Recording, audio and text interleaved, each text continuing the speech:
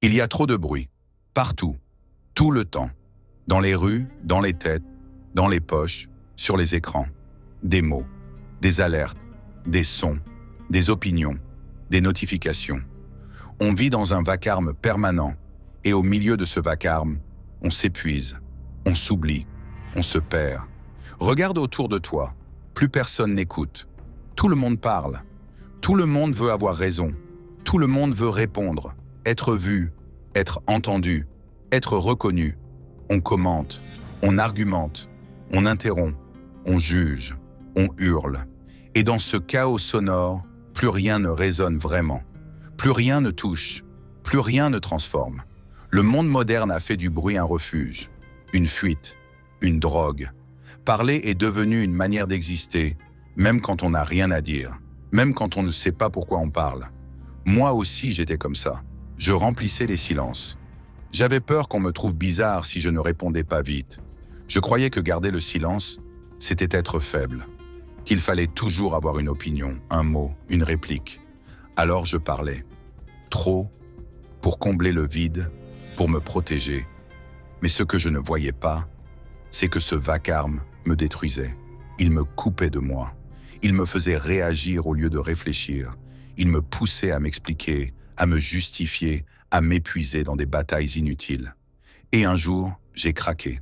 J'étais vidé, usé, fatigué de me battre contre tout, fatigué d'avoir toujours quelque chose à dire, fatigué d'exister à travers les mots.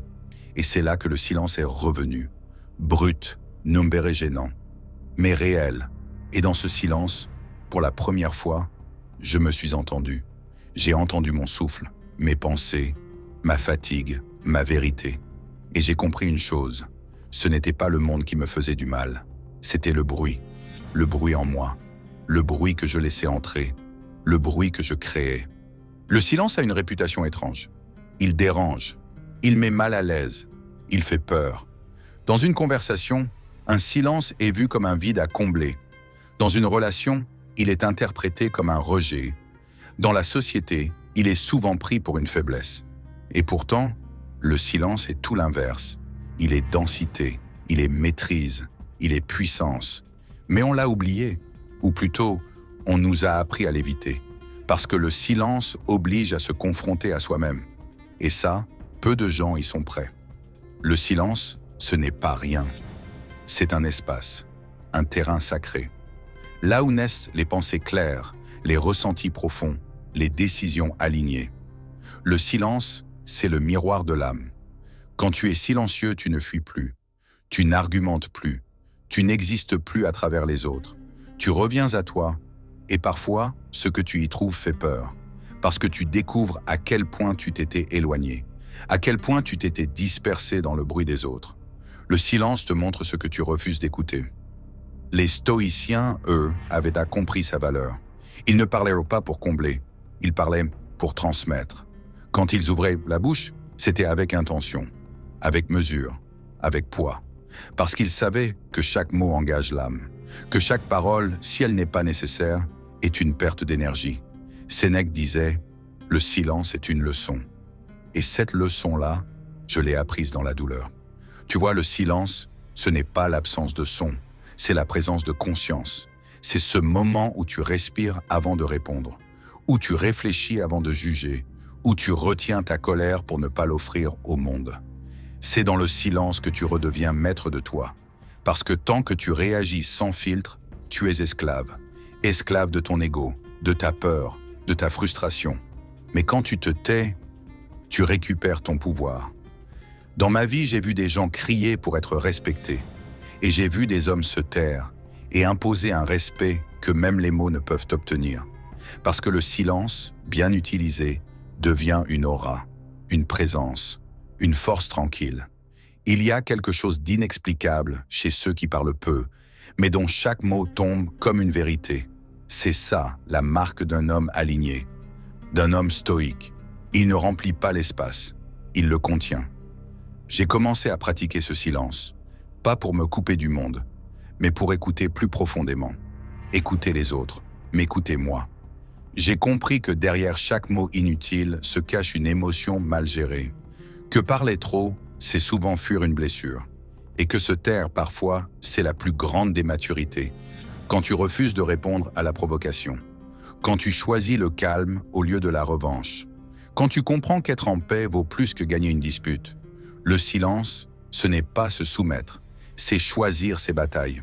C'est dire sans parler, je n'ai pas besoin de me justifier. C'est affirmer, je suis en contrôle. Et dans un monde où tout le monde crie, celui qui se tait devient une énigme, une force, un mystère. Et ce mystère-là, il attire, il inspire, il fait réfléchir, parce qu'il bouscule, il remet en question, il sort du jeu. Il y a une phrase que je garde toujours avec moi. Ne parle que si ce que tu vas dire est plus beau que le silence. Et crois-moi, très peu de choses le sont. C'est étrange, mais plus je me suis tu, plus j'ai appris à écouter. Écouter ce que les autres disent, mais surtout ce qu'ils ne disent pas. Le ton d'une voix, l'hésitation dans une phrase, le regard qui évite, le soupir étouffé. Tout devient plus clair quand on cesse de vouloir répondre à tout, quand on cesse de remplir l'espace. C'est comme si le silence ouvrait un autre canal de perception, un accès plus profond à la vérité. Pas la vérité des faits, mais celle des ressentis, des intentions, des non-dits.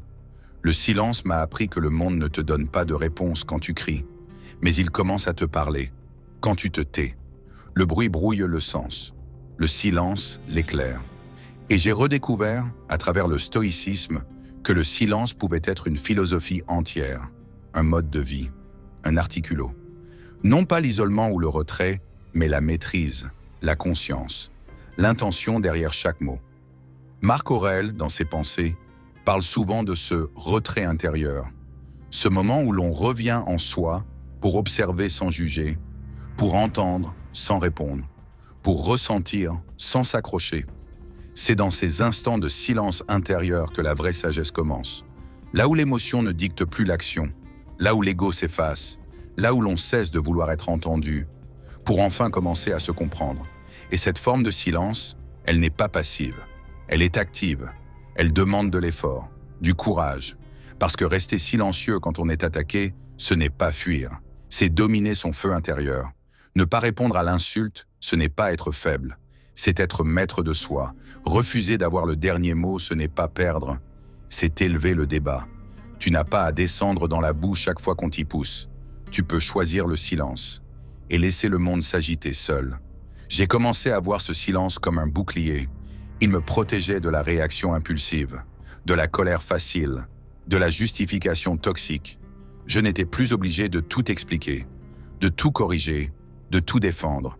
Je pouvais respirer, me retirer, observer et répondre, seulement si c'était vraiment nécessaire. Et souvent, ça ne l'était pas. Ce qui a changé aussi, c'est mon rapport au temps. Le silence m'a réappris la lenteur, la patience, l'écoute profonde. J'ai cessé de précipiter les conversations. J'ai accepté les silences entre les phrases. J'ai compris qu'un moment de silence, c'est un moment d'intégration, un espace sacré où les choses se déposent, où les émotions se calment, où l'ego se dissout. Et ce n'est pas que moi. J'ai observé les grands hommes, ceux que l'on écoute avant même qu'ils parlent. Ils ont tous ce point commun. Ils ne parlent que quand c'est nécessaire. Et quand ils parlent, ils pèsent leurs mots. Parce que leurs mots viennent d'un silence habité, pas d'un vide bruyant. Et c'est ce que j'aspire à devenir. Non pas quelqu'un qui parle beaucoup, mais quelqu'un dont le silence dit déjà tout. Il y a un moment où tu comprends que réagir à tout, c'est épuiser. Chaque mot que tu lances est une énergie que tu offres. Chaque colère, chaque justification, chaque réponse précipitée te coûte, pas seulement du temps, mais de la paix, de l'équilibre, de la clarté. Et ce jour-là, j'ai décidé de faire autrement, de ne plus réagir à tout, d'observer avant de répondre, et parfois, de ne pas répondre du tout. C'est étrange comme le monde est construit pour te pousser à réagir. Les réseaux sociaux, les discussions, les confrontations du quotidien. Tu postes quelque chose et tu dois défendre ton point de vue. Quelqu'un t'insulte et tu dois te faire respecter.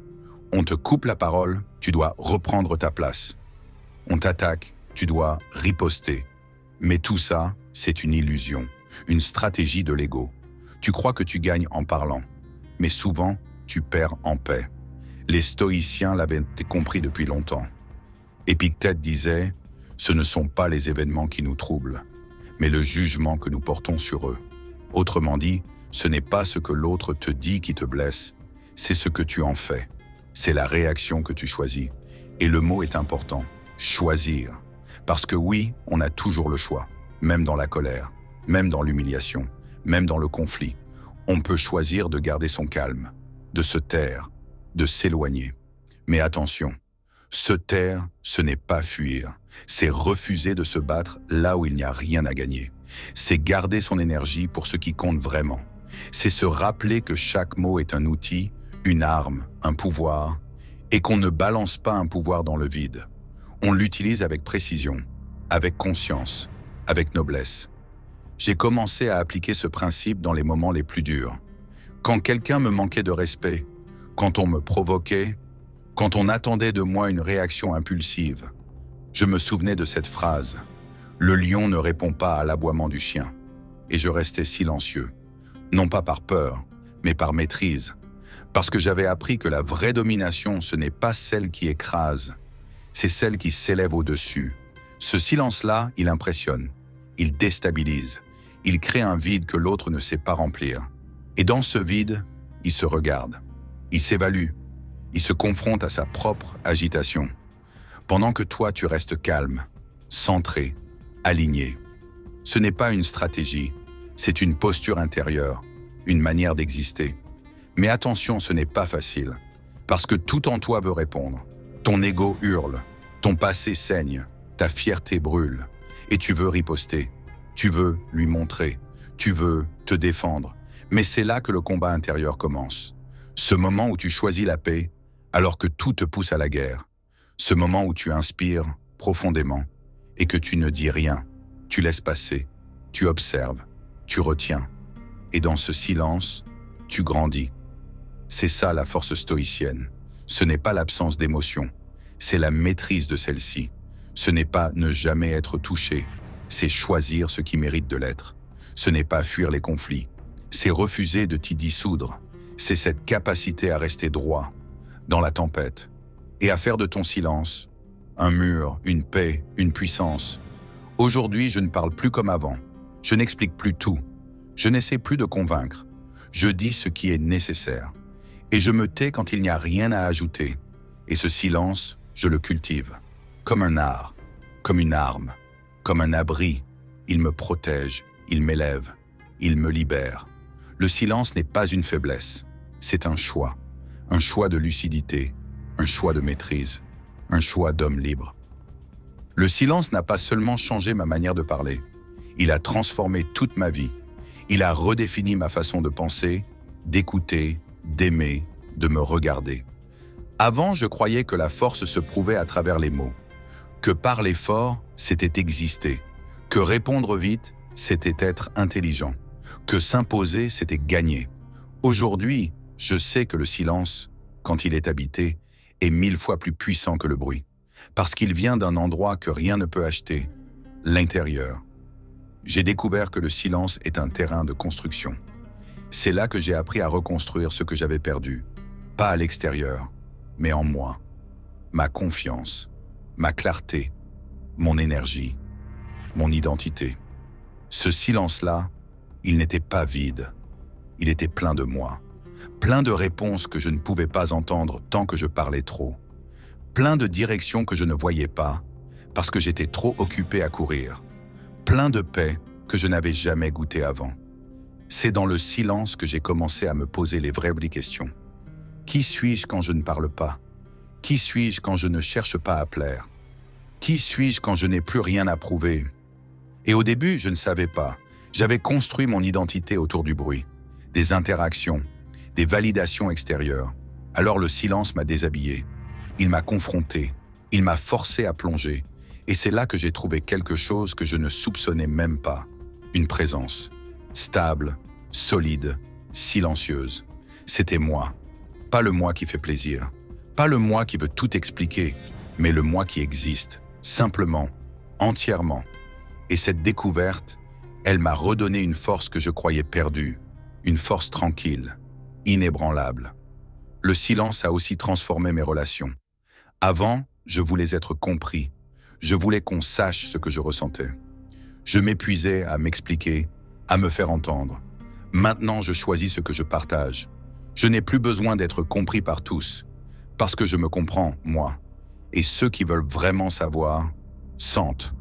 Le silence bien vécu devient un langage, un message, une vibration.